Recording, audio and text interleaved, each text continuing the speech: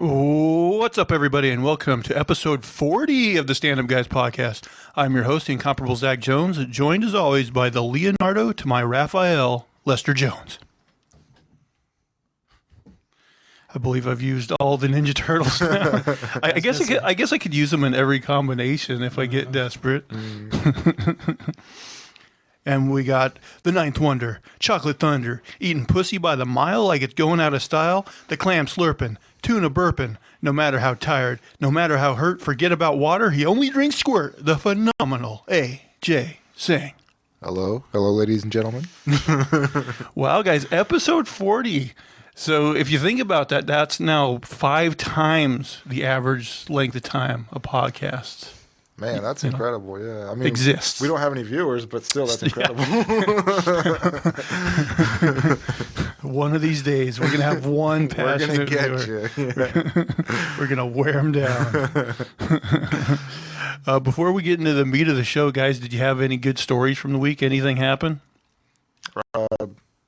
I drank and threw up. Oh yeah, Roman wasn't too happy. I heard. I can't drink, man. I just can't do it. I'm done. Never drinking again. Well, you didn't say where you threw up. In the car. Yeah, it's even worse. Yeah. Kilo Sunrise. Yeah. You didn't even do that thing where you like roll down the window and puke the whole length of the side? I definitely did that thing, but we were going so fast that it was just hitting right back in. Yeah. Right back in the back window. Yeah. We were on the highway. Instead of puking once part of the car, it's just like a Jackson Pollock inside. Yeah. I wonder how those other cars felt. Did she make you get it detailed? Yeah. That's what I would have done. It's like, here you go. I'm sorry. Here's your $100. Yeah. But that was no fun. Yeah. What's like your worst puking story? Well, I think I talked about one on here where I was going to work and I just started feeling like sick. And then I was like, I tried to like roll down my window and I was like weaving through the lanes trying to puke out the window and I puked all over myself. And that one was kind of gross. That's tough. You're driving at the same time. Yeah. So were you a passenger? I was a passenger. Oh, okay. Yeah. I guess that's better than drinking and driving. Yeah. Robin's had a couple people throw up in her car. She had another friend who did it before her too, who got drunk. I think the worst one I ever had, this was probably about, I don't know, like 11 years ago or so, is I just got like all of a sudden just like really sick, like super sick. And I was like, I'm going to puke. So I go to the bathroom and I start heaving. And like the energy it took to puke caused me to shit in my pants. One of the few times I've ever shit in my pants as well.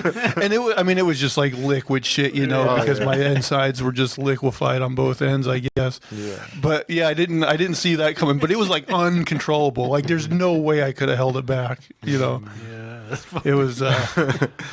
I remember a girl in school. She was sitting behind me in class, and she sneezed and farted at the same time. I thought that was the funniest thing I'd ever seen. Actually, I've done that too. I call it snarting. But when I did it, it like caused the fart to come out at like such like Mach 3, and it like actually hurt my ass when it happened. I've like coughed or sneezed when I was shitting, and it's like, instead of like taking a nice slow shit, you just like blast it out. Like, oh, there it is. It wasn't fully dilated. Tom Segura coined what he calls the double pipe classic, which is where you burp and fart at the same time. I don't think I've ever done that. That's got to be a rarity. Yeah, I don't usually need that. Yeah. All right. What have you guys been watching this week besides what we're about? This show, we're going to review both Mortal Kombat and the Winter Soldier and Falcon series. But you guys watch anything besides those? That sucked up most of my time. I watched a little bit of Avatar. Yeah, I mostly just watched those shows. I watched them again. Oh. Not Mortal Kombat, but yeah. Well, you'll be able to really. You're like one of those help. monks who's just like lashing. I deserve this for puking in the car. Oh yeah, they also do that on like some Muslim holidays too. Like the self-flagellation. Yeah. Whew. Not for me, man. Not hurting myself like that. Well, the last couple of weeks I've made time to also watch a classic film. And this week is no different. I sat down and watched the classic film Deuce Bigelow, Male Gigolo. It seems like it was all right. And listen, here's the thing. Does it hold up? Yeah, it's pretty cool. Those jokes are pretty much timeless. I mean, to be honest, I think if you got 90 minutes to kill and you're just looking for something light and fun, you can do a lot worse than Deuce Bigelow, Male Gigolo. And then I actually started up a show that I had watched. I started watching it a couple years ago, and then I think I watched the first 2 seasons a couple years ago, and then I think maybe around the time I moved over here, the 3rd season was going, and I just kind of got lost in the mix, so I got back to it, which is the show Legion on FX. Have you guys watched this? Mm-hmm. I don't think I watched it. I didn't see the 3rd season. That's what I watched the first 2, and then somewhere along the way I fell off, and so now I'm catching up and watching season 3. Is that the last season? Yeah. Okay, I might have seen. I'm not sure. But the show, it's kind of sort of based on a superhero property because Legion is like the son of Charles Xavier. He's like this really powerful telepath. But the show, I mean, it's a weird show because the show gets super abstract and a lot of times it feels like you're in a fever dream. And usually I wouldn't be into that sort of thing, but I think this show does a clever thing to where just when the show kind of gets frustrating and you're like, man, I'm not sure what's going on, you're kind of losing me, then it comes back down and kind of explains what's going on and makes it a little clearer, and it keeps doing that. It kind of messes with the viewer on purpose. I don't know, I think you might like it. I definitely haven't watched it, but part of me, I guess when I heard the name Legion, I just assumed it was like legions of demons or something. Like religious? Huh? No, nothing like that. But the creative, I don't know if he's the head writer, but Noah Hawley is the main creative guy behind it, who's also the same guy who kind of shepherded all the Fargo seasons. Okay. So that same guy. I would say maybe watch episode 1 and see if you're into it. But yeah, it's definitely a strange show that gets really abstract at times. It's different. Also, before we get into the meat of the show, I read a story online earlier, and this is a long shot, but guys, we might, depending on how things go, we might have to move to California. I think I know where this is going. Because they're having their special governor election or whatever. Yeah. And first I guess Caitlyn Jenner put her hat in the ring. She's running. But then today on Twitter, Randy Quaid announced that he's seriously considering running. Oh man. Now, if he runs and wins, I mean, we got to move to have Governor Randy Quaid. I mean, that's just going to be too fun to pass up. Randy Quaid. Oh no. Yeah. I don't know. It's a little hard to imagine. Yeah. I mean, if Arnold Schwarzenegger could do it, Randy Quaid. Well, that's probably the But heart of the matter is one of us did it. Let's keep going. yeah, I think a porn star is also running. Mary Carey. Well, she ran a while ago. Yeah, She running again? She's running again. Yeah, in the one Schwarzenegger won, I think she was one of the people. She's a libertarian. I think at the time, he's dead now, but I think at the time Gary Coleman ran too. There was a bunch of really weird celebrities in the mix. I think you're right. Yeah. Yeah, I don't know. I don't think anything's gonna save California. California's wild, man. The people who are Randy running. Quaid might be your best bet. That would be funny if Randy Quaid won and he turned it around and California was doing really God damn well. it, Randy Quaid. Tell my children I love them. What do you guys want to review first as we get into this? Do you want to do Mortal Kombat or do you want to do Falcon and Winter Soldier? Dealer's choice. Well, I got Mortal Kombat up. So Mortal Kombat was a little shorter, so yeah. So and a little bit worse. if you guys haven't looked already, what would you guess the Rotten Tomatoes score is? For combat, I'm at a 4, man. I'm thinking 56%. Oh, you're really close. 55. All right. So the official synopsis for Mortal Kombat 2021 reads as thus. In Mortal Kombat, MMA fighter Cole Young, accustomed to taking a beating for money, is unaware of his heritage or why Outworld's Emperor Shang Tsung has sent his best warrior Sub-Zero, an otherworldly cryomancer, to hunt Cole down. Fearing for his family's safety, Cole goes in search of Sonya Blade at the direction of Jax, a special forces major who bears the same strange dragon marking Cole was born with. Soon, he finds himself at the temple of Lord Raiden, an elder god and the protector of Earthrealm who grants sanctuary to those who bear the mark. Here, Cole trains with experienced warriors Liu Kang, Kung Lao, and rogue mercenary Kano as he prepares to stand with Earth's greatest champions against the enemies of Outworld in a high-stakes battle for the universe. But will Cole be pushed hard enough to unlock his arcana, the immense power from within his soul, in time to save not only his family, but to stop Outworld once and for all? Let's see here. The movie was directed by Simon McQuaid. It stars Louis Tan as Cole Young, Jessica McNamee as Sonya Blade, Josh Lawson as Kano, Joe Taslim as Baihan / Sub-Zero, and Makad Brooks as Jax. Okay, so guys, without doing spoilers, what would your spoiler-free impressions of Mortal Kombat be? It stinks. Everything's a spoiler. It was a letdown. It didn't deliver what I was expecting. Yeah. I thought I was going to vomit, but then I shit my pants.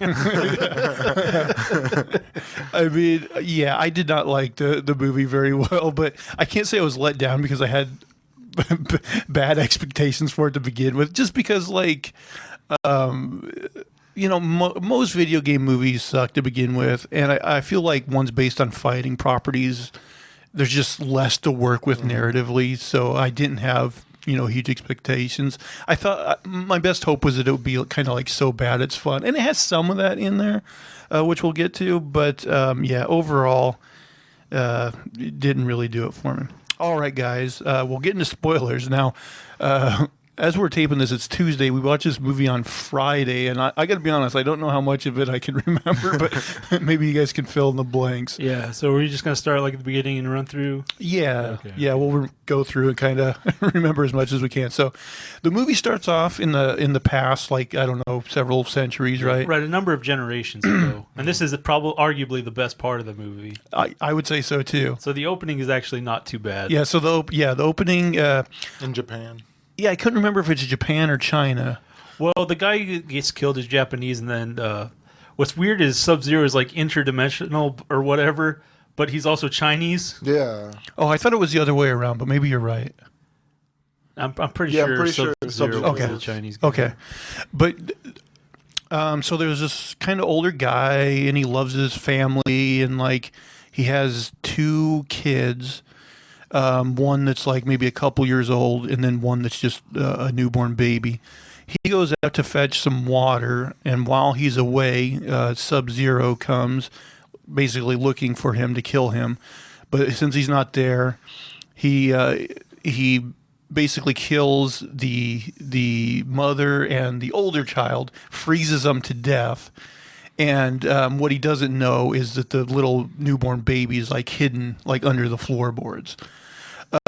So then, like, the guy who's fetching the water, he notices that something's wrong, or I think he maybe hears something like his wife or scream or something. I don't remember.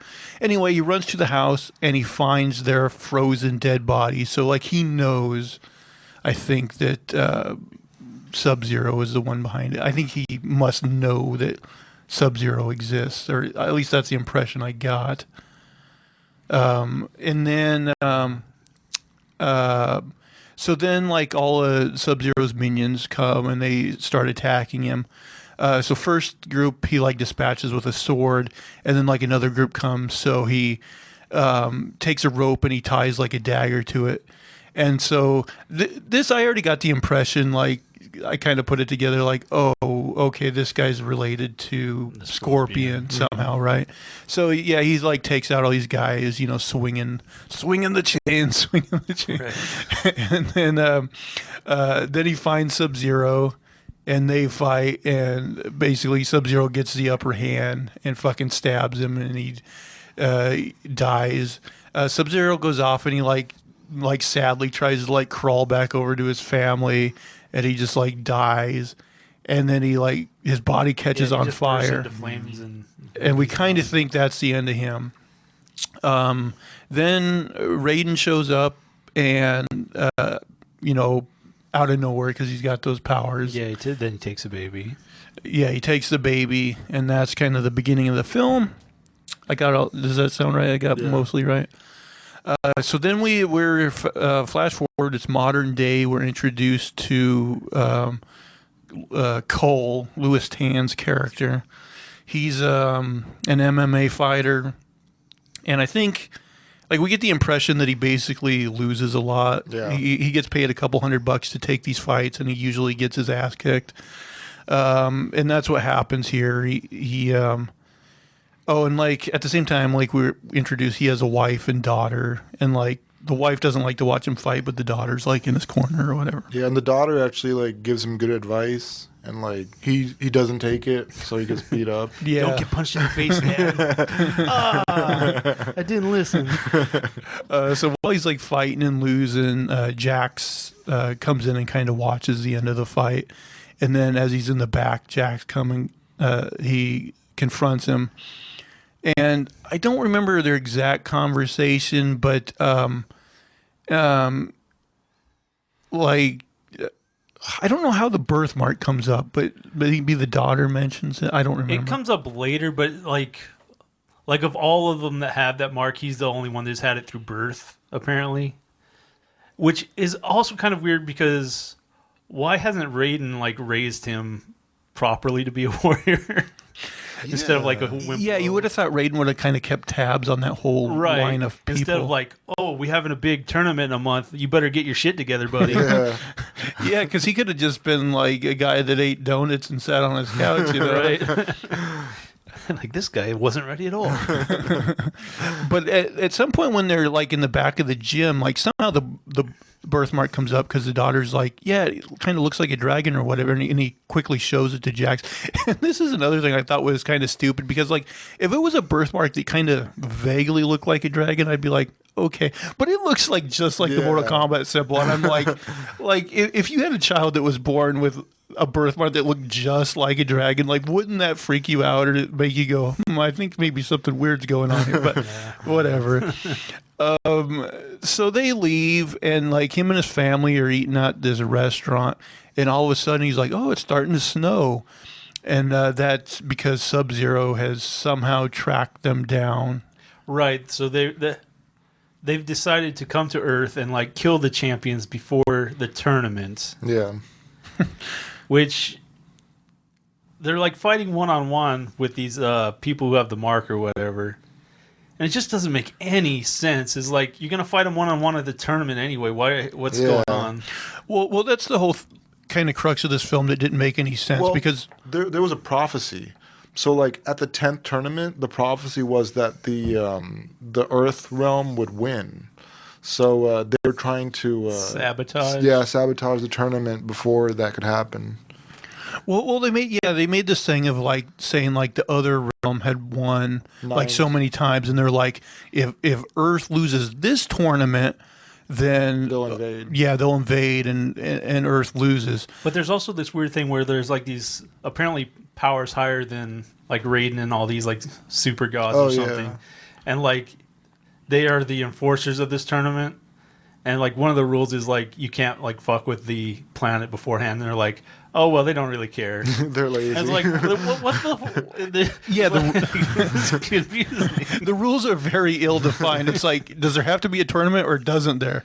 And apparently there doesn't really, as we will find out later. And Raiden's not allowed to interfere, but he interferes a few times. Yeah, all the time, and he kind of has to, because the other team's cheating, I guess. Yeah.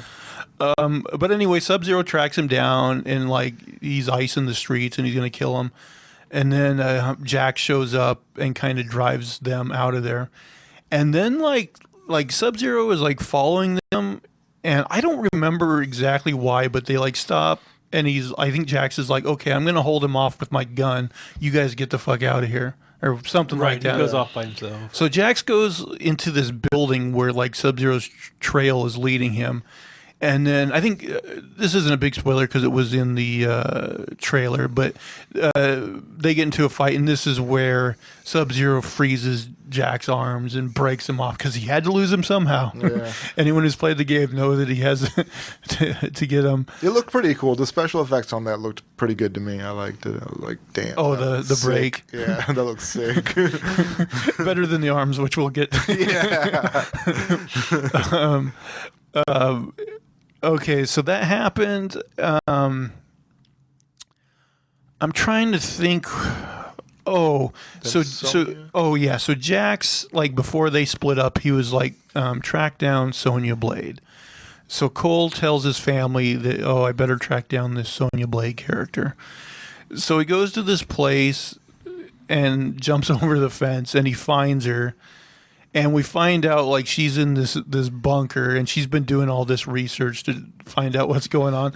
I thought this was funny. I mentioned this to him. It's like they're trying to make this look like this bunker place is kind of a shitty, place.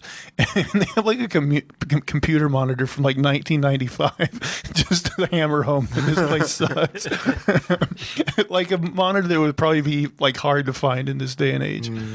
And the research, like the whole, like we found out this whole backstory of what's going on, this tournament and everything or whatever.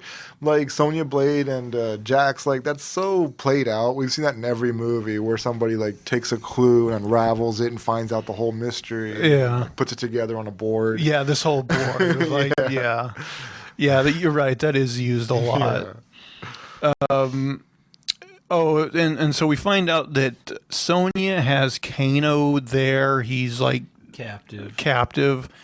I don't remember what the story was. How she? Yeah, I don't know if they really explained that backstory. Yeah. I think they briefly did, but I wasn't paying close enough attention. So they're there for a minute. They have like some back and forth, and then Reptile invades, and Reptile in this iteration is like. Because in the game, like, I mean, I haven't played. He looks like Sub-Zero. Yeah, I haven't played a game, one of the Mortal Kombat games in forever. But yeah, he was traditionally just kind of looked like Sub-Zero and Scorpion, but just color green. Yeah. Here he's an actual reptile that can go invisible, and so they have this whole thing where they're trying to get him. And at one point, like Sonya, like throws a knife. And it misses and goes into Kano's leg, right? Right. It's like, that looks pretty bad. Like Kano's up and going like a few minutes later. Yeah. And like Reptile slashes around like Kano's eyes and scars him to, just like Jax. They're like, we got to get these guys' like origins out of the way, But eventually,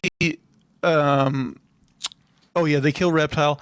And man, this is like one of the first things that annoys me that they'll do multiple times in this movie is kind of shoehorning things from the game in there. Okay. So of course Kano rips out Reptile's heart, and he has this bleeding heart in his hand because that was his fatality back in the day or whatever.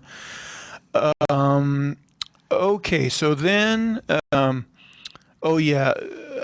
Sonya, for whatever reason, like Kano's gonna leave, but she's like, I'll pay you $2 million to help us out. Right, he's supposed to lead them to Raiden's palace or something. Yeah, and I don't know why he knows where it is. I don't remember the clue that leads him there. Also, why does he believe that? Yeah. I would want to see that statement first. And like she even mentions, like after he leaves, like, I don't have $2 million. Are you kidding? I live in this dump with the 1995 computer. There was one funny bit where like Kano like hawks a loogie on the ground, but it was like went into the hand of this garden gnome. Right. That was like one of the like few laughs in the movie. The little foreshadowing too, because she uses the gnome. Yeah, later on she uses that. Okay, so now they're like walking through the desert because apparently that. Yeah. I don't know what the clue was that led him there. But also, that is weird. Is like Kano took him there to drop off so he could lead him there. And he's like, 35 days. It's like, you couldn't have landed him a little fucking closer. Yeah. 30 fucking days. Yeah. We also found out somewhere that Kano has the marking, but in his case, he like killed somebody and it transferred him. Right, yeah. And then like if someone kills him, it'll transfer to them. Yeah. Which happens later on. Which has to happen because for whatever reason, Sonya's on the trip and she doesn't have a mark. So you know she's got to get her mark eventually.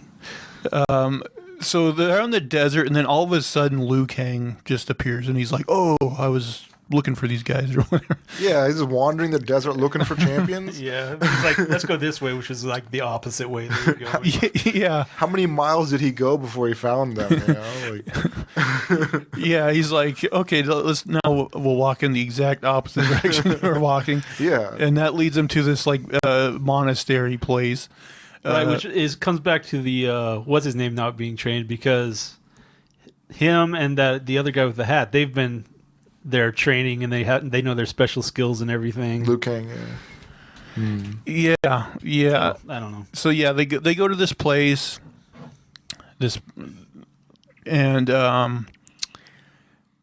this is where they meet Raiden, I believe, and he kind of tells them that they all kind of fucking suck or something. I don't remember exactly. We also find out that after Jax got fucked up by Sub-Zero, they brought him here and they've been like working to heal him, but he's still like unconscious. So then they have this fight pit where they're like, only people with the markings can train to fight here. So in this case, it's Cole and Kano. Right. Sonya's not allowed to fight, even though she's probably the best trained. Yeah, yeah. And so, like, Liu Kang and Kung Lao... actually, I think we missed a scene because Kung Lao was introduced because, like, some of the Otherworld people come and try to, like, fuck up the joint. And Kung Lao appears to help Liu Kang. And that's when Raiden shows up and he makes a barrier like around this whole thing. Right. Because, okay, so this is coming back to where we said, like, there's supposed to be this tournament, but basically Shang Tsung's like, oh, we're not doing the tournament. We'll just kill you guys now. And Raiden's like, no, you won't. I'm putting up this barrier. So I was like, well, that was easily, taken care of. Yeah, I mean, it doesn't make sense. Why is Raiden following the rules so much if Shang Tsung's straight up killing people, you know? Yeah. All right. So, so then they start training, and basically, like, Liu Kang and Kung Lao are basically just beating the shit out of Kano and Right, because they've Cole. discovered their magical powers. Yeah, Liu Kang shoots fire, and Kung Lao can manipulate his hat, I guess, is his power. His hat and it spins.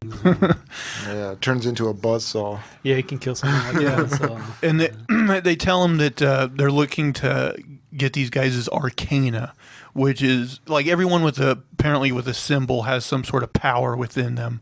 They call their Arcana, and so they're trying to like find out what that is in their case. But they're beating the shit out of Cole, and it's not coming out. So finally, like, they're having a dinner, and like Kung Lao and Kano like start talking shit to each other, and like they get Kano like all pissed off, and then all of a sudden he shoots the laser from the video game out of his eye, and like apparently that's his Arcana, is that he shoots the laser out of one eye. How random are these Arcanas, by the way? I mean, it's so random. Now, at the same time, Sonya, since she couldn't fight, she like went and talked to Jax, who woke up. And then this was the other funniest part of this movie, is they give Jax metal arms, but the version 1 of these arms are little baby arms. Yeah, they're like little skinny chicken arms. It's such a funny visual, like he's punching that punching bag. He's a big swole guy. Yeah, he's like little arms. Yeah, he's like that huge, like Jimmy Olsen guy from Supergirl. He's like this huge fucking guy, and he's got these little baby arms. It's just funniest visual, man. Couldn't do anything with him. Yeah, he was worthless. I'm gonna need you guys' help. Okay, So what that- happened after this? So then after Kano gets his powers, at some point he he turns on them. Yeah. and Oh he, yeah, he fries Raiden's staff or whatever, which is apparently maintaining the force field. yeah. So at one point we go to the before that we go to the other world, and Shang Tsung enlists the help of Cabal and guy with the big hammer. Whoever that was. Melina. Yeah, Melina. The big guy with the 4 arms. What's his name? Goro, and the woman that can fly. I don't remember her name. She has like big wings. Okay, so yeah, the Cabal guy, he ends up having a conversation with Kano. Apparently they used to be in a gang together or something, and he convinces Kano to, like you said, like screw over the team. So yeah, Kano destroys Raiden's staff or whatever, brings down the barrier, and so then this fight ensues between all the people, right? Well, the one guy went back home because he hadn't discovered his magic power. I don't think that happens quite yet, but because don't they fight for at least a minute? Yeah, I think they have that fight, right? Do they? Because I thought like they sent like individual people to fight certain individual people. That comes more towards the end though, because before they do that, they have like this fight with all of them, I think, and this is where Kung Lao. He kills the flying lady by using the buzzsaw, like buzzsaws her in half, and of course he's like flawless victory because that's another thing they got to shoehorn their little catchphrases from the game in here. And then Shang Tsung, I think some of the other ones are fighting, but Shang Tsung grabs Kung Lao and sucks his soul out. Right, so the soul sucker. Yeah, so he kills him here, and then I think this is where they kind of break apart, and like you were saying, I think they send the one guy home. Yeah, he went home because he didn't have his power, so he was a liability, and that's where Goro comes and attacks him. The thing I don't really remember is at the same time, like what's going on with all the other people. Right, there's various different fights. Yeah. I don't remember everybody who fought everybody. Like, yeah. When did Jax get his power? I think that happened somewhere in here. Like he gets thrown. Him and Sonya like get thrown, and then this rock like comes down on Sonya or something, and then he takes his little baby arms and he's like, ah! And then out of nowhere, apparently his arcana is to I don't know, manipulate metal or matter. I don't know. He turns his baby arms into big old metal arms, like from the game. They transform out into big and he picks up the. And this is something I thought was so stupid. Is like, okay, there's this other dimension, right? So Kano and Jax's powers are really dumb. Couldn't they have done something like they could have had like Reptile totally take out Kano's eye, and then couldn't they just say, "Oh, there's this technology from Otherworld, like he gets a bionic eye that can shoot a laser beam," and then Jax just from the get-go, instead of the baby arms that transform into the big arms, they could have just gave him the big arms to begin with. Yeah. That would have made more sense, right? Instead of having them saying that this weird arcana power is this like random bullshit. Yeah. Yeah, I didn't know what Jax's story was there for a while too. I was just like, is he gonna learn to fight with these baby arms? Like, I don't know. That was strange to me that they made that a thing. So they sent the one guy home, but then immediately, like he's with his family for a little bit, and he's like, "Oh, I hear something outside in the storage shed," and they had transported Goro like into his storage shed. So they start getting in this big fight, and at one point, like Goro's about to kill him, so his wife comes out and like hits him with an axe. Then Goro turns, he's gonna kill the wife and daughter who like drive a car at him or something. But then, like, since his family's being threatened, his power comes out. And what is his power? What would you call it?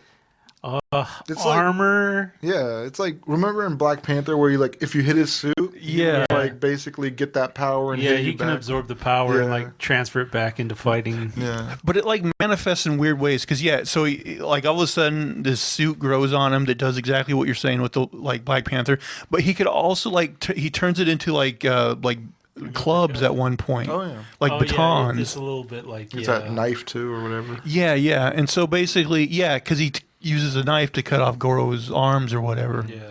So his power, like he absorbs blows and then he manipulates it in whatever way he wants to, I guess. And anyway, he kills Goro. So then somehow Raiden and all the good guys end up together. They go into this void or something, or maybe that was Right. Somehow they end up in a place where like they can't be attacked. Or something. yeah, this white void where they can't be attacked. And so then they come up with this bright idea. They're like, well, since these guys don't want to do the tournament, we're going to bring the tournament to them. And so Jax is like, I'll take the hammer guy. And they all kind of split off. They're like, yeah, Raiden, you can transport us. So transport me against this person in this place, me against this person in this place. And I'm like, why don't they just gangbang all these fuckers? Yeah. They could transport the bad guy and all of them at the same time, gangbang that guy to death, and just repeat. But no, they got to be all honorable, you know. Yeah. So Jax is against the hammer guy. He makes like short work of him. It's not even a fight really, and like he uses his metal hands to like clap his head in the mist. Liu Kang fights one of them, and of course he does his fatality where he like lights this pool of whatever on like a pool of oil. Yeah, conveniently there's a pool of oil. He puts the guy in it and sets it on fire, turns that into a dragon and eats the person. And then I think he even says fatality because they got to get another video game reference in there. So yeah, I think they're all pretty much winning their fights, and then Sonya gets in a fight too with Kano. Right. So Sonya and Kano get transported back to their little shitty bunker place to save money on set costs. Yeah, exactly. That was kind of weird. Like, why was Kano back there? Yeah, why would he go to that place? Well, that's where they were transported, I guess, to get that money. But yeah, like, there's $2 million around here somewhere. And then the very final fight to save money takes place at that gym that they already used. Yeah. Oh, right, yeah. So yeah, they're definitely trying to keep costs down with this movie. I will say I thought some of the CGI was kind of weird. Like some of the props too. Look Reptile cheap. and Goro all like at times look a little funny, like uncanny valley type shit. Yeah. So they're fighting, and like you mentioned earlier, they bring that garden gnome back around. She stabs him in the eye, and that's how he dies. Yeah, I kind of knew that was going to happen when they were outside. I was like, here comes the gnome. So then his mark transfers to Sonya, and she gets some sort of weird like powers where she shoots green out of her fists or something. Oh yeah, and she shoots like a clear round hole through somebody. Through Melina. Through Melina, right. Yeah. It takes out like everything in her except for like her spine. Yeah, which is totally intact. Yeah. It destroys soft tissue. It's not so at some point when all this is going on, so Cole, he goes back and he's helping fight one of the bad guys. I don't remember which one. And so that gives Sub-Zero a chance to go to his house, kidnap his family. He takes his family to the gym because we got to reuse that place. And he like freezes the whole gym, and he freezes them into like kind of a little cocoon reminiscent of the family at the very beginning of the film. Am I missing anything? Was there anything between like... There's probably some other stupid stuff, but I think we got a lot of I think you're getting them just a bit. Yeah, so anyway, I don't remember how he finds out, but he finds out that his family's in danger, and so I think Raiden transports him there. Right, because they're fighting. Oh, that's right, because he actually Sub-Zero shows up, or somebody shows up, like, with his family or something, or showing that he's got their family. Oh, he had that daughter's, like, wristband or whatever to prove it. Right, that's what happened. Okay. Because he's trying to lure Cole into a fight. So Cole goes there and they start fighting. And this is the thing that makes him so ineffectual is basically Sub-Zero would have just straight up fucking murdered Cole. Yeah.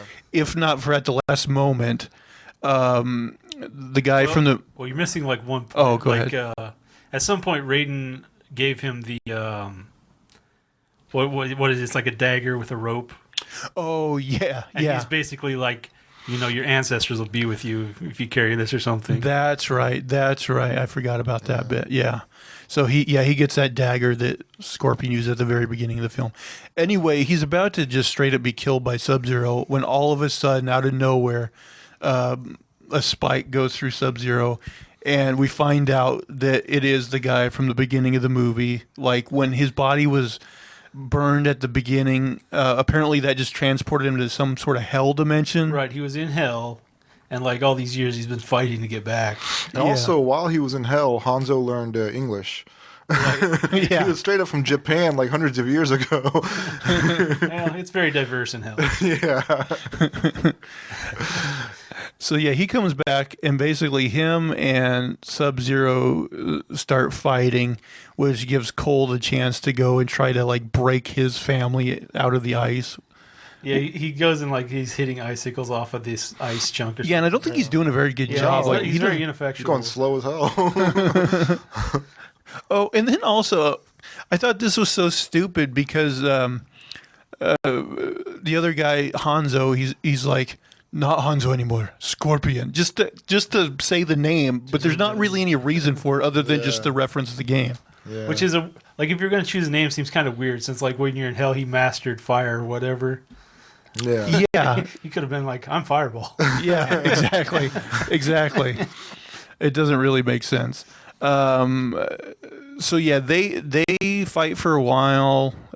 This is where you get the scene from the trailer where he like Sub-Zero like hits him, blood comes out of him, he freezes the blood and stabs him with that it. was pretty cool. And then for some reason like Sub-Zero goes back and starts fighting with Cole. And then basically Cole and Scorpion then just start like double teaming Sub-Zero Right. and like beat the shit out of him. And then of course, because it's from the video game also, finally Hanzo, Scorpion, takes off his mask and he shoots fire and burns Sub-Zero to death. And that then the ice melts and his family gets out and they're alive. Yeah, I was pretty sure they were already dead in there. Yeah, I know. They'd been in there a while. Right. Yeah. It doesn't take that long to freeze to Yeah, death. you would think they would already be dead at that point. And then Hanzo goes back to hell.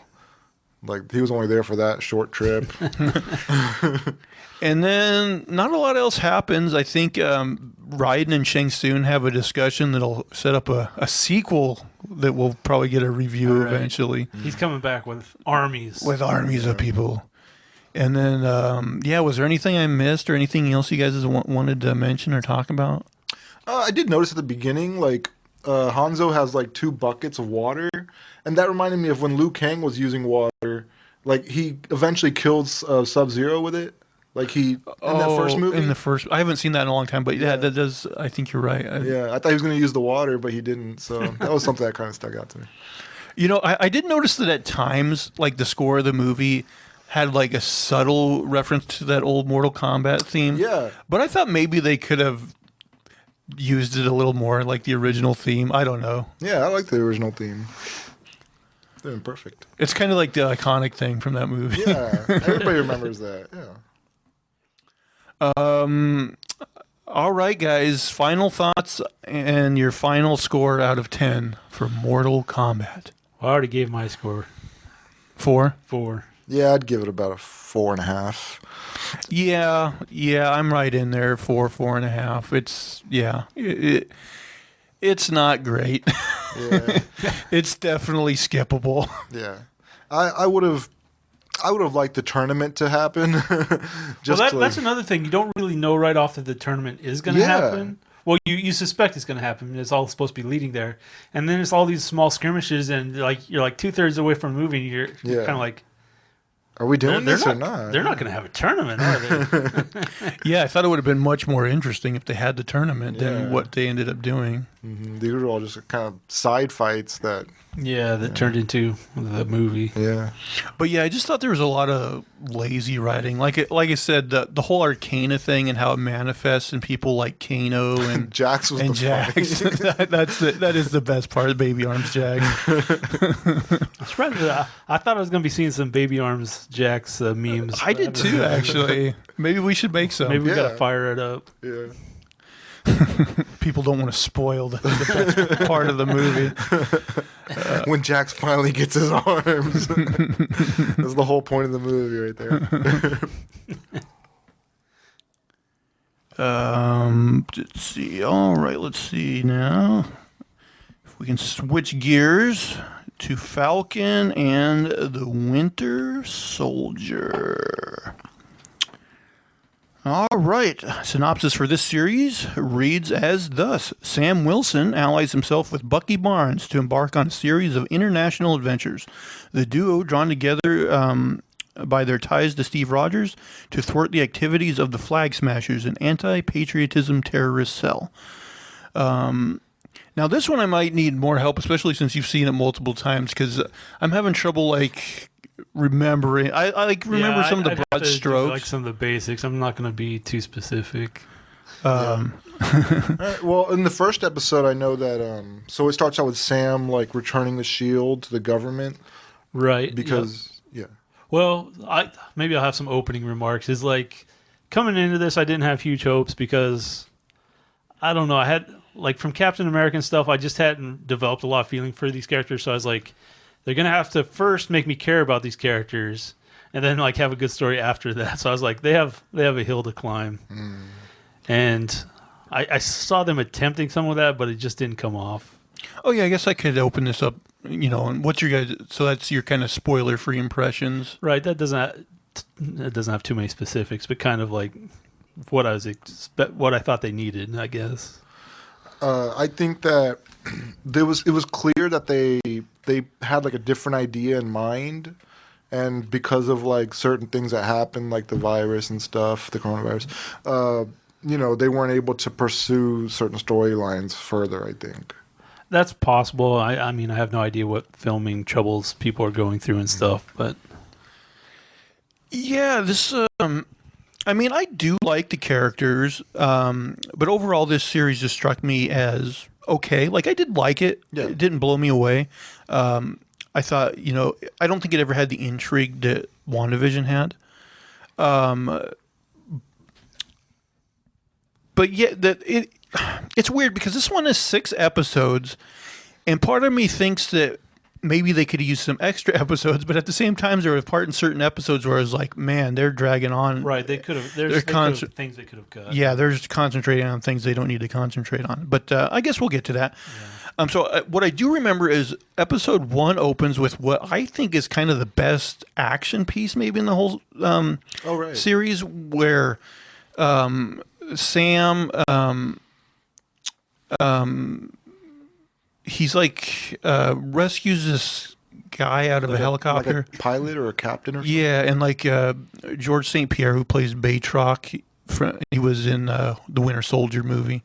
He's also there, but they end up having this sequence where they're like the bad guys are flying in like the bat suits, right? And he's like swooping through this canyon after them, and there's like helicopters shooting missiles at him.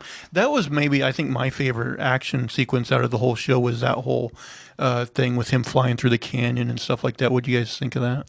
Yeah, no, I definitely thought that was cool. My favorite action sequence comes later when there's a big fight, but that was pretty cool. I liked it a lot. I mean, I'm always kind of cashed out during the action, but yeah, I mean, it seemed pretty strong. Like you said, though, what are they, squirrel gliders or glider costumes or whatever? But it was interesting. Yeah, it was okay. Yeah, I think Marvel did a good job of like putting money into this show. They definitely spent a lot of money, it felt like. Yeah. Those kind of action scenes take a long time to shoot, and they're not cheap. That's for sure. So yeah, like you were saying, it kind of opens up where. So we know at the end of Avengers Endgame, like Steve gives Falcon the shield, but he like to start off with, I guess, doesn't feel right about taking it, or he's kind of nervous about taking the mantle, the shield. It feels like it's kind of above him. Yeah. So he ends up giving the shield to the Smithsonian. Yeah, he's thinking he's retiring the shield. Right. He's putting it as a symbol, something kind of untouchable. Yeah. And then that turns around relatively quickly. Like 6 months later. Yeah. And then at the same time, like Bucky, he finds himself, he's gotten a pardon from the government, but one of the conditions of the pardon is he's got to go see like a therapist every week. And isn't there some point where they're like, oh, he broke his probation or something?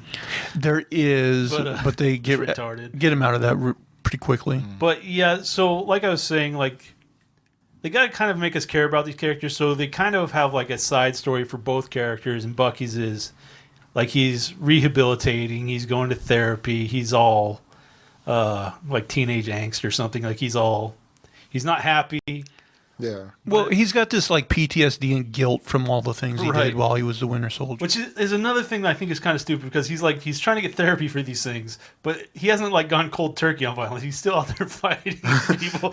Right? Well, he's not supposed to. Like, one of his terms is like, or at least his therapist makes like a rule that he's not allowed to like fight or hurt people or something. And yeah, which like makes 3 his rules. position of fighting for the government pretty stupid. Yeah. But I get the sense that when he's out there fighting, he's like going the extra mile to try to not kill people, and not like, or at least not hurt innocent people. This discussion is going to come up again later, but I'll wait.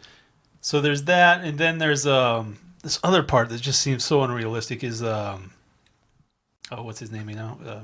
Hawk. Hawkeye. Oh no. Not Hawkeye. Falcon? Jesus. I'm mixing up my birds. So basically, his side story is like he goes back to his home or whatever, and it's his sister or cousin. His Sister. His sister. She's got Sarah. She's got the family business of running like the fishing boat or whatever, but it's getting kind of dilapidated. So he's trying to like save the family business for her or whatever, and they go to a bank. And this guy, this national hero working for this like billion-dollar corporation or whatever, like he can't even like scrape up a small business loan to save his sister's boat. And I'm just like, Yeah, they This did him is, dirty. Well, he was on the run. He was on the run for 2 years with Captain America.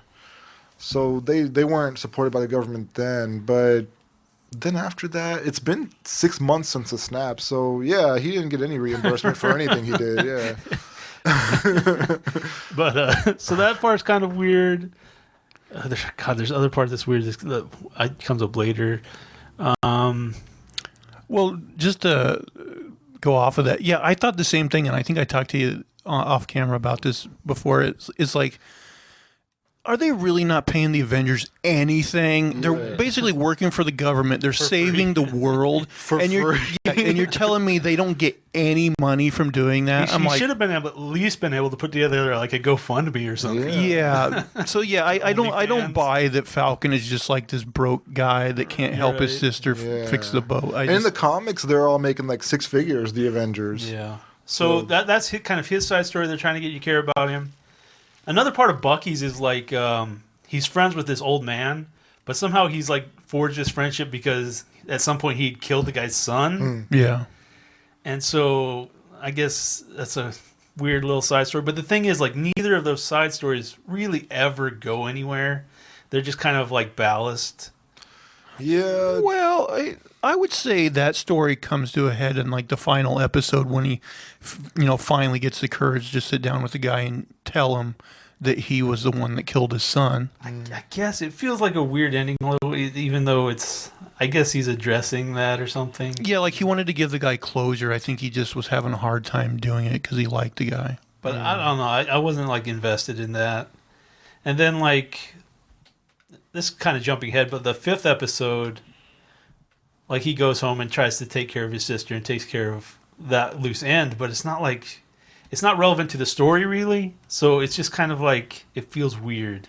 Yeah, you told me you called that the Bubba Gump episode. Yeah, that's the and you're Bubba totally Gump right. And I agree. And that's one of the things where like, well, maybe we didn't need more episodes. Maybe we just needed to cut the fat on things like this. Because I was like, at a certain point, I'm like, God, I do not need to see him fixing this fucking boat anymore. That one dragged that was my on. least favorite episode. But that one also had like the training montage. So that one was pretty much all exposition. And it was like, I felt like it was calm before the storm. They were trying to set things up for the final episode. Yeah. And they were trying to establish like the relationship between Bucky and Sam was getting closer too. Right. So there was that stuff going on.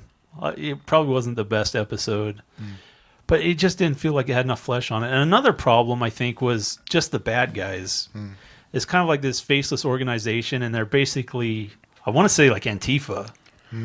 I mean, there's a couple kind of key players within it, but you don't really know that much about them or care, or it's just not very interesting. Well, I will say, like, I do at the core like find their motive kind of interesting. How they like,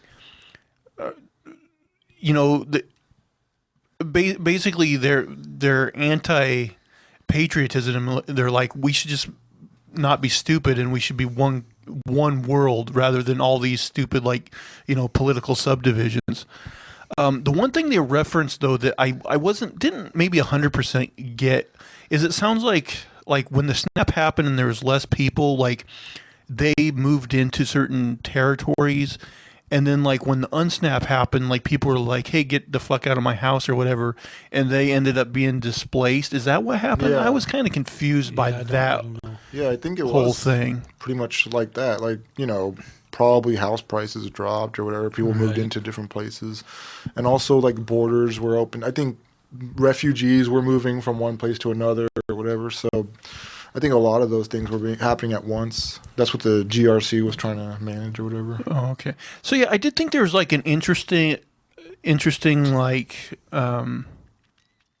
set of ideals behind their group, but I don't know if it was ever explored to a satisfactory conclusion. Well, there's that part. Like I said, there's maybe a couple key characters, but there's also the thing. Well, we're jumping around quite a bit. Yeah. But I feel like anytime you got bad guys with masks, like you lose something. Yeah. Especially when they're all wearing very similar generic.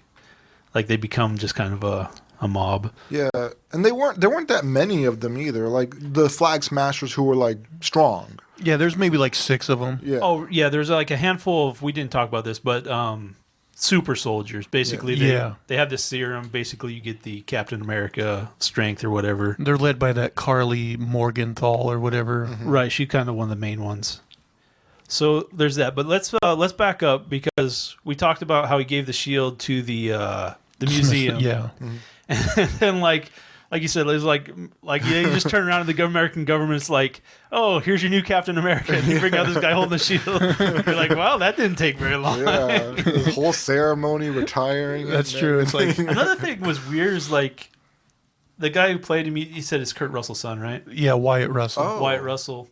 But like he's a really good looking guy out of the suit, but when he puts the mask on, for some reason he looks really dopey because his ears stick way out, and he just he looks like Dopey from like Snow White just put on like the Captain America helmet. Yeah, especially like in the end of the first episode when they first reveal, and he's like clean shaven. Yeah. Like I think as the series goes on and he has like a Some little bit of stubble. gruff, he looks not quite as weird. Bad, yeah. But yeah, when he's clean shaven, like that first shot, I'm like, yeah, you're right. He looks weird. But yeah, so I mean, he was kind of an interesting character. I feel like they didn't like flesh him out enough, maybe, because he has this. Well, should I skip to the? I think it's fine that we're skipping around. Right. So, like they've had some fights and stuff, and he's doing an okay job as Captain America or whatever. But they get to this one spot where, like, he loses his cool and like he kills one of these Antifa guys, and it's on film or whatever, and there's blood on the shield, and they're like, he's killed somebody, and it's like this big thing. But like, if you think about regular Captain America, how many times he's banked that thing off some dude's head? Like Captain America's killed some motherfuckers. It's like not like a few. Oh, he's careful. Yeah, like he had enough finesse not to get blood on the shield, maybe. But anytime he kills someone, it's like Hydra. It's like someone who's like totally a Nazi. Like, Right. Yeah, it's okay to kill those people. But don't show any blood. Yeah. So actually, that was kind of a turning point of the character. I said, well, He did use a gun in the first movie, though. I don't know. When he fought the Nazis, he used a gun. Nobody cares if you shoot Nazis, though. You're right. Yeah. That's some of my favorite video games. Yeah. Just shooting Nazis. But, yeah, so he does this, and you're like, well, now he's got, like, this dark side. He's got this stuff he's going to be fighting with. And they kind of set him up like you think he's going to be, like, a bad guy. Like, he's going to be somebody kind of fighting. And basically, immediately after that, with no, like, building conflict or tension or anything, they fight him, they take the shield away, and that's, like, kind of the end of it. And I'm like, well, it's not the end of it, because this government official, but what's her name? Val. Louise Dreyfus. Yeah. Val, Yeah.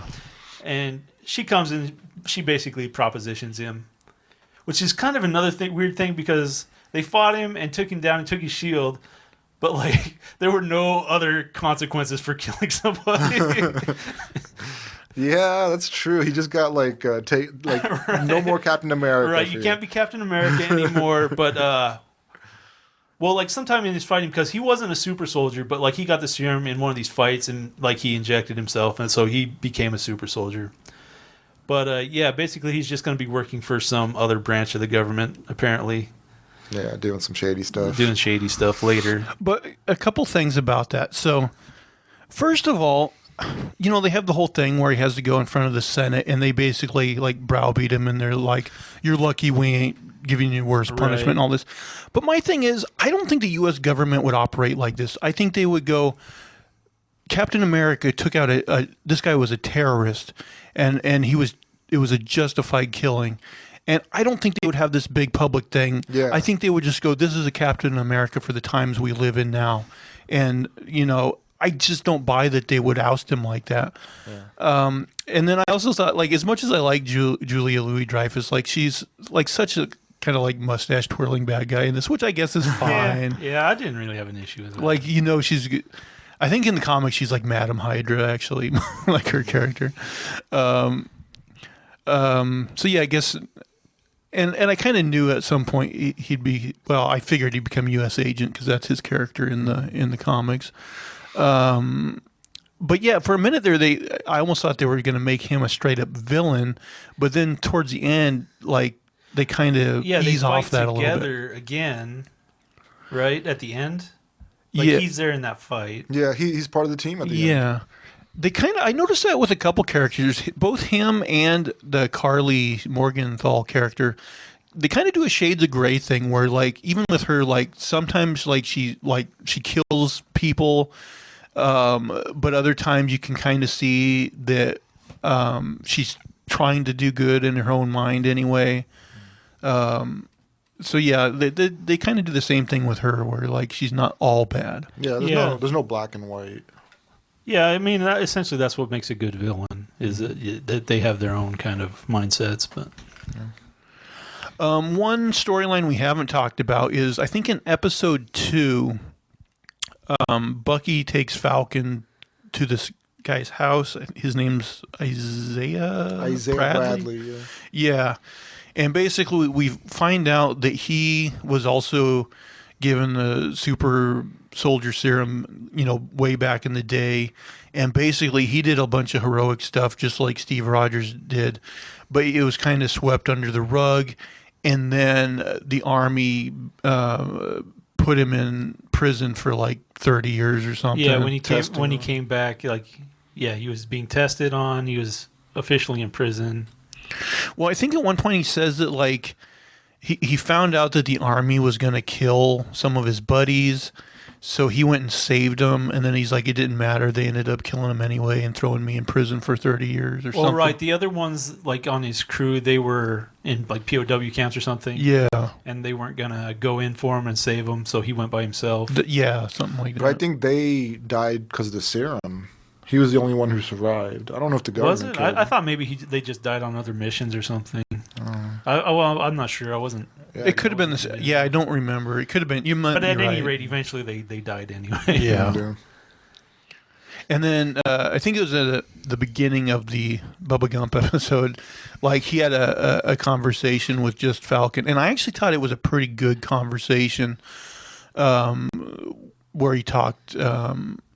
Actually, that maybe. Oh, he talked about the other aspect of it was like, the Army when he was in prison, like, kept the letters from his wife from getting to him. Kind of this sad story about how, you know, and she ended up dying, and you know he never got the letters until afterwards or whatever. And he basically tells Sam that they'll never accept a black Captain America, basically. Right. Yeah. So he's kind of putting that storyline out there. Yeah, he told him don't do it. He feels like he's another part to me where they're trying to put something in just to kind of get it in there. Like, it feels a little preachy at some points. I can see that. I mean, yeah, but I get that. But at the same time, like, you know, if he was, like, you know, think about it, if, like, this character, like, real life Captain America, you would think they would have those kinds of issues, wouldn't they? Like, they would have those kinds of identity crises and... Well, I mean, it's got like a lot of conversations about race relations during certain times and stuff. But it doesn't feel like it fits in the main narrative. It feels like they're just trying to say something, I guess. Oh, I think Sam just being black like makes him feel like how John Walker got the Captain America like thing. I know he was like an excellent soldier and Right. whatever, top of his class and everything, but it does make Sam think like oh, okay, they gave it to a white guy, not me. Can I be the face? Like Yeah, I mean, he's going through that conflict and that kind of questioning himself. yeah. And Isaiah Bradley kind of points him in the direction of no, don't do it. Right. And then he has to think about it himself and figure out what he wants to do. Right. I will say, I think it is cool for a show like this to go there and like explore the idea of racism. I don't know if a Marvel superhero show will necessarily, explore it in enough detail to really, I loved Black Panther's explanation, like Killmonger, like why he was the way he was, how they explained the race stuff in there. Like that was a really good way to do it, I thought. This one, it wasn't as smooth, I guess. I think just because the guy doesn't really play any other part in the movie other than kind of like that opposition to him, that kind of voice maybe, and then just kind of like a side story. But yeah, so at some point, like he decides, okay, I am going to try to be Captain America when he has the shield back, right? And so he cleans the blood off or whatever.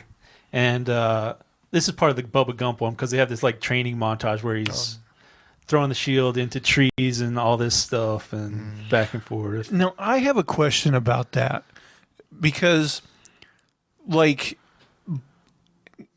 Bucky actually has the super serum in him, right? Like, he's super strong and everything.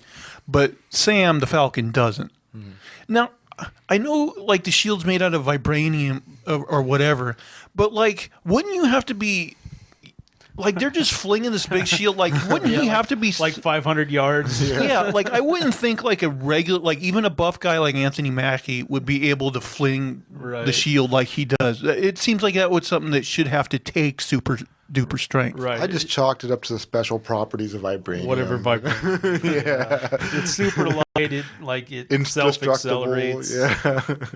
I was also talking to him. I think that it's one of the sillier aspects of Captain America that he's always like flinging this thing around and he like ping pongs it all over the place and it always comes right back to him. I'm like, you're telling me there's never one time where he was like ping ping and it just like goes flying into the ocean and he's like, fuck, lost another one. In Winter Soldier, he actually drops his shield when they're coming down from that like big whatever it is, like they're in the air and he drops his shield. He's like, I'm not gonna fight you, Bucky, and he goes all the way down into the like out of that aerial vehicle, whatever it was, like it falls all the way to the ground and somehow he gets his shield back later. It bounces back. It's like fucking Thor's hammer. Right, it just comes to him. Watching that montage where he's just like slinging it off everything, I was like, this dude is just a male version of Xena. Bucky's like his little Gabriel running around. There's going to start being undertones in the next. So who'd you like more, Xena or Gabriel? I liked Xena when I was in that age. I liked Xena first, then I started liking Gabriel later. That was weird. I never really watched that show, but yeah, Lucy Lawless, she's a fine woman. Yeah. I might go back and watch some Xena. It was on somewhere. I don't remember where I saw it. Yeah, I saw it on one of the streaming Sundance services. or something. It was like hidden away in like the back of Prime or somewhere. I don't know where. It existed though. I remember The seeing Netflix doesn't win, right? Where to find Xena? So one character we haven't talked about at all is Baron Zemo. Yeah. So at one point, like they're trying to find the Flag Smashers, and like Winter Soldier's like, I know the guy that's gonna do it or whatever. So he goes and visits him in prison, and he's like, of course he's gonna have to break him out of prison so that he can Hannibal Lecter him like into finding the people. So he does that, and the whole thing now. I've read some comics with Baron Zemo, but I always thought he was just kind of like a Nazi-ish guy himself. Yeah, I would have thought so. But in this context of this show, he's like this guy that's for some reason just like, really against super soldiers. Yeah. Like he really has a fucking hard on for getting rid of them. He hates all of the Avengers. Yeah, like people that can like abuse authority, I guess. And he hates, anybody with increased powers and stuff. So. Yeah, it's kind of weird that like he was like a super genius in like the way he escaped or whatever. And then, like, at the end, he doesn't even make a play to escape. They just, like, take him into custody. And he's, like, reading on a bed.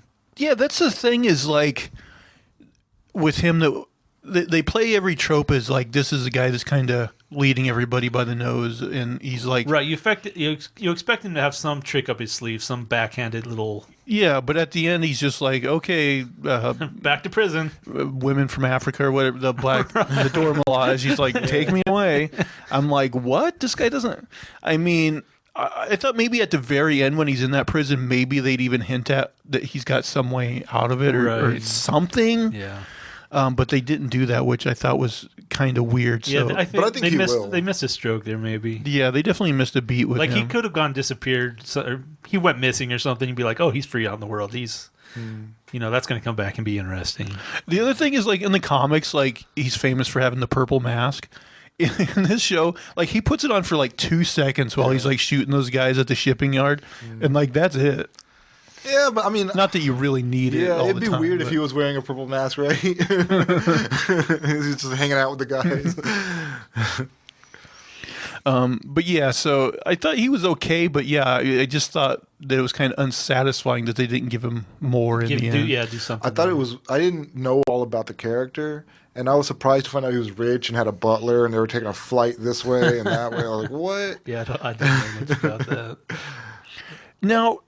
It's been a long time since I watched Captain America Civil War. What did he do in that movie that pissed off the Dora Milaje so much? 'Cause why are they after him so much? Yeah. He killed King T'Chaka. Oh, that's right. That's right. Okay. That makes sense. Okay. Yeah, he did, didn't he? Okay.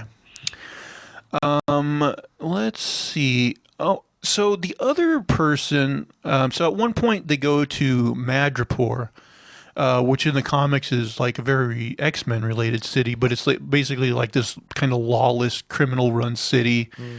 And we run into Sharon Carter, and with her, and we find out at some point that there's this mysterious character named the Power Broker that they keep mentioning that kind of is the person behind that pulls the strings in Madripoor. And then, spoiler alert, at the end of the, basically the last episode, we find out that that's her. Which didn't make sense to me because Zemo talks about the Power Broker and he says he. So I was like, what? Maybe she killed that Power Broker and took his spot, if that's a thing. I don't know. But that was strange because Zemo had met the Power Broker before. Yeah, I don't know if that was a misdirection. I don't know exactly. And she was a billionaire because she had all those crazy artworks in her house. And she was only there for 6 months? Because she went on the run with Captain America or something like that. So for 2 years. Then she gets wiped out in the blip. So she's not there for 5 years. And then 6 months after the blip, she comes back, or after that, she comes back. She's a billionaire. So in 6 months, she became the Power Broker, super powerful, super rich, all this stuff in just 6 months. Yeah, and they mentioned a couple times, too, about them, going underground and on the run after the events of Civil War. And I got to say, just from watching the movies, you never really feel that. Yeah. That time. Only Infinity War when they're kind of we've been on the run for 2 years. They tell you. Or whatever. Yeah, so you never really feel that time that they're supposedly underground or whatever. And when she said it was 2 years or whatever, I was like, really? Because I didn't even know that. I don't know. I just never really felt it. But yeah, because in the comics, she's actually becomes Captain Steve Rogers' girlfriend, and she's a good person. It's like a member of S.H.I.E.L.D., I think. But here they're kind of turning her villainous. Now, do you think they're gonna make her a full on irredeemable villain, or do you think they're gonna kind of play her in a gray area as well? I mean, she's in a gray area right now. I think. I don't know. I don't think they'll do it with two characters. I think Wanda could become evil. I'm not sure, but I feel like Wanda could. And if she does, then they're not going to do that the same thing with Sharon Carter. Yeah. I would think they would go more evil with Sharon Carter than they would with Wanda. But who knows? Yeah. I thought too, like, there's that moment in episode 6 where like she puts that like little like gas bomb on the guy and he goes in his car. Melts him. Yeah, like melts his skin. And then she's like, "Oh, I took care of him." And the guy's like, "How'd you do that?" And I thought she was gonna like make up something, like, but no, she's like, "Oh, I took him out with like a mercury like bomb or something." Yeah. So like she like told the truth. I thought she was gonna lie there, and we'd be like, "Oh, she's like really a bad person." But then I'm like, "Well, I don't know. She did a bad thing, but she was honest about it." That's how I roll. And then she also killed what's her name? Rosenthal, or Carly Rosenthal. Oh yeah, she did. Morgenthau. And like their conversation beforehand didn't we basically she set these people up with the super serums or something like that, didn't she? She was the power, so she was getting the super serum made by that scientist. Oh. And then those guys just kind of like said, "Screw it, we're gonna steal it and take it," or something like that. That's my understanding. But didn't her and that Carly girl have something worked out? Yeah, they had a relationship. I don't know if she was supposed to be like her super soldier or something, like, because she does mention like she wanted to use them. Yeah, I feel like she gave them the super serum and they were supposed to do Her bidding. Yeah, her bidding, and then they went their own way with all the Flag Smasher stuff that maybe That could be it. Wasn't what Sharon had in mind or something along those lines. I was a little confused. I don't know. Let's see. Overall, is there any characters or story beats that we missed that you guys maybe want to talk about? I think the one thing that's sticking out is ultimately how they defeated the terrorists by like using Uber, like an Uber app or something. Oh. They were using like some kind of meetup group app. That's right. And they're like, "Oh, we knew you were gonna be." They gave him the phone in the first place. And then they didn't even like fight. They're like, "Ah, shit." They found out about the app. I guess we're done. Yeah, that was just kind of like a weak ass. Yeah. Yeah, they had to use something, I guess. And so yeah, we also didn't mention that he gets a vibranium shield or vibranium wings. Oh, that's right. That's right. Yeah, the Wandans like made him a costume or whatever for Bucky to give to him. And the wings were vibranium because you see his wings get clipped off like a few times in this show, like I think a couple times at least. Now, at that one point with his old wings, that army guy that's throughout the show is like, "Hey, your wings," and he's like, "Keep them." Do you think they're eventually going to do something with that guy and make him like a Falcon? Our new Falcon warrior, White Falcon. Actually, that guy might be Latino. I don't know. Mexican Falcon. Brown Falcon. A Mexican that can fly. That'll give Trump nightmares. Now, one moment that I know is supposed to be like, hurrah, but I thought was maybe a little like eye rolling was when at the very end when he does put on the costume, the one guy's like, "Look, it's Black Falcon," and then the other guy's like, "No, that's Captain America." And I was like, okay. Yeah. Well, he also has another one of the speeches that I don't really remember now, but I remember at the time I felt like that was preachy and I didn't need to hear it too much. But then we didn't talk about like the old black guy, like at the very end, he goes and sets up this big tribute at the museum. Oh, yeah. So he takes the guy there. And So they kind of wrap that up, and it's kind of nice. So Yeah. He did have like his big speech with like the senator on TV or whatever. Right. And I actually didn't mind that. I thought he hit like some good points in that speech. I thought it was well done. I didn't think the Flag Smashers were completely evil. I thought they had some they had some sympathetic points to consider. So I think he was just putting across like, hey, look, the other side, you're not looking at it, this and that. So yeah, it was a little preachy, but I didn't mind it. I wonder because like I'm pretty sure they said WandaVision was planned as just like a one series and that's it. Do you guys think they'll do more of this as a show, or do you think they'll? Well, I guess at the very end, they changed it to Captain America and the Winter Soldier. Well, they're making a fourth movie for Captain America with him. I thought I saw that somewhere. Yeah, maybe kind of see where that goes before they commit. I don't know. Oh, I was gonna go.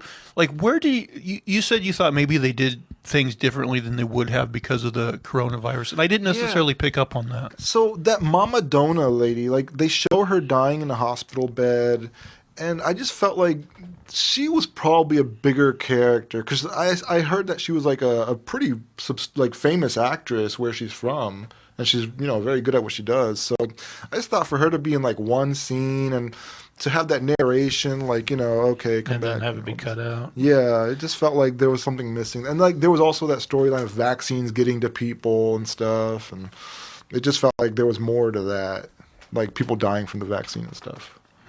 Yeah. I don't know. There was a number of things. It just didn't feel like they all fit together super tight.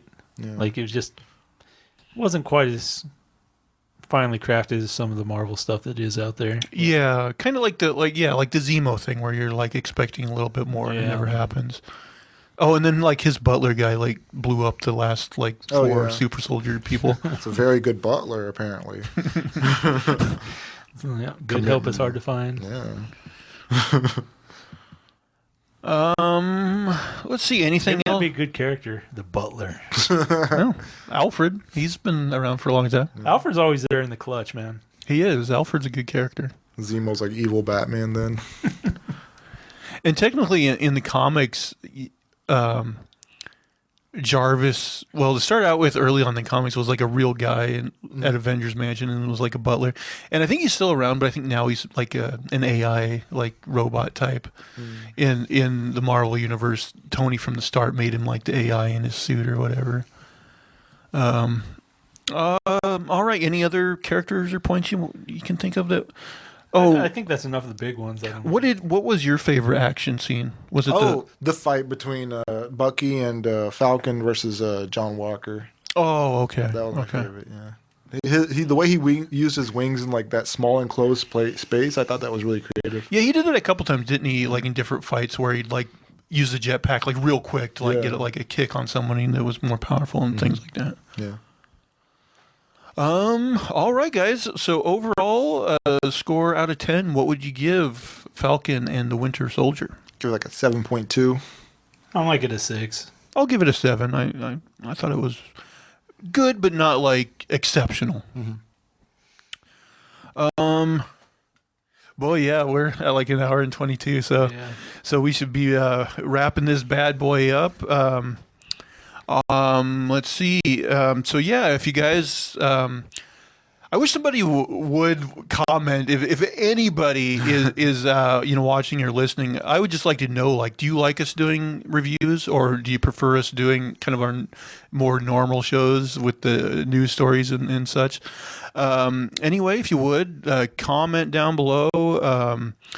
Give us a like, give us a subscribe, give us a positive review. All those things all help us in the algorithm. And guys, where can people find you on the social media? On Twitter, I am at a name for this too, and that's number 2. At unsolicited SUG. And you can find me on Twitter at Zach Jones Live. That's ZachJonesLive. Or I guess UK or Australian people would say ZACH, which is just terrible. That's evil. I never knew until like a couple years ago that people in Canada say Z instead of Z. Oh, I didn't know that. Yeah, apparently they do.